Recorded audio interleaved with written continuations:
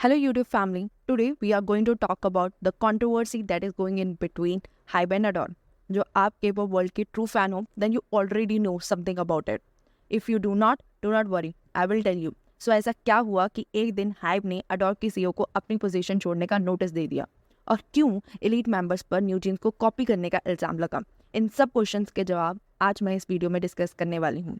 So grab your popcorns and get ready for the roller coaster ride. अब सबसे पहले जानते हैं हाइब और अडोर के बीच में क्या रिलेशनशिप है।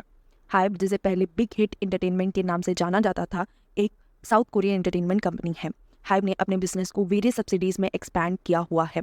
बिग हिट म्यूजिक, पैलडिस एंटरटेनमेंट जैसे बड़े लेबल्स हाइब के अंडर ही आते हैं। वैसे ही अडोर भी हाइब के नीचे ही एक सब्सिडी है। इस लेबल को हैंडल करने की रिस्पॉन्सिबिलिटी मिनजीन के पास है। Usually, Hybe is mostly famous for the successful boy group band, for example BTS, TXT और 17. और Hybe को यही perspective change करना था. So they want an amazing girl group band. For the creation of this group, they also called Min Ji-hyun from SN Entertainment in 2009. According to Dispatch, Min Ji-hyun girl group को अपने level के under बनाना चाहती थी। पहले तो Hybe was not accepting her request, but after some time they allowed her to create a new label और ऐसे ही Adore का birth हुआ in 2021. Not only that, Min Ji-hyun also transferred some trainees from the Source Music to its own agency and later created new jeans containing of 5 girl members. अब discuss करते हैं इन दोनों के बीच में क्या कॉन्फ्लिक्ट हुआ। ऑन अप्रैल 22, हाइब ने adore की सीईओ मिन हीजिन को अपनी पोस्ट को छोड़ने का नोटिस दिया क्योंकि हाइब के according they found a strong evidence against the मिन हीजिन and including 2 other people A and B that they are making plans to take away management right of adore from HYBE. और उन evidence के basis पर HYBE ने adore के CEO और deputy CEO को audit भी सेंड किया। ऑडिट में यूजुअली क्वेश्चनियर सेशन होता है और वेरीफाई किया जाता है एक्यूज के ऊपर एलिगेशन जो लगे हैं वो ठीक हैं कि नहीं। वैसे हाइब ने मिन हीजिन पर मल्टीपल एलिगेशंस लगाए हैं, जैसे कि information leakage, inappropriate external consultation और पर्सनल इरेगुलरिटी। अभी तक कोई भी एलिगेशन प्रूफ नहीं हुआ। आल्सो उसी दिन मिन हीजिन ने इंटरव्यू देते हुए सारी एलिगेशंस को डिनाई किया है और बोला है कि मैं कभी भी किसी इन्वेस्टर को नहीं मिली हूँ। वैसे भी मेरे पास अडोर की 18% इक्विटी है और हाइब के पास 80%, so it is impossible for me to resize the management right. और हाइब एक मल्टी लेवल कंपनी है जिसमें हर लेवल के पास राइट है अपनी म्यूजिक इंडिपेंडेंटली बनाने का।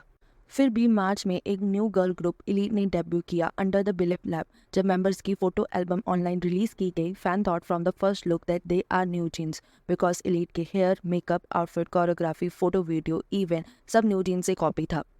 और ऑनलाइन भी लोगों का यही ओपिनियन है। न्यू जीन्स एंड एलीट दोनों ही हाइब के अंडर आते हैं, so ADOR and NewJeans had accepted this copy case. But ऐसा नहीं है, अडोर किसी को अलाउ नहीं करता है न्यू जीन्स को कॉपी करना। ADOR also express it objection to HYBE, but HYBE ने कभी बिलीफ लैब की मिस्टेक को एक्नॉलेज ही नहीं किया, उल्टा एक्सक्यूज देने में बिजी थे। And now they want to end the whole situation by putting a ridiculous allegation on me of stealing a management right. HYBE actions are really very disappointing.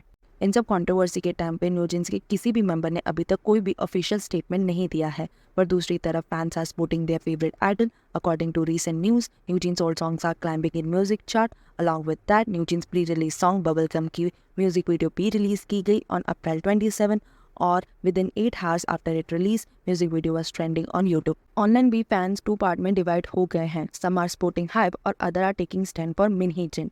What are your thoughts about this controversy? Share your perspective in comment section. If you enjoy this video, do not forget to hit the like button and subscribe to my channel.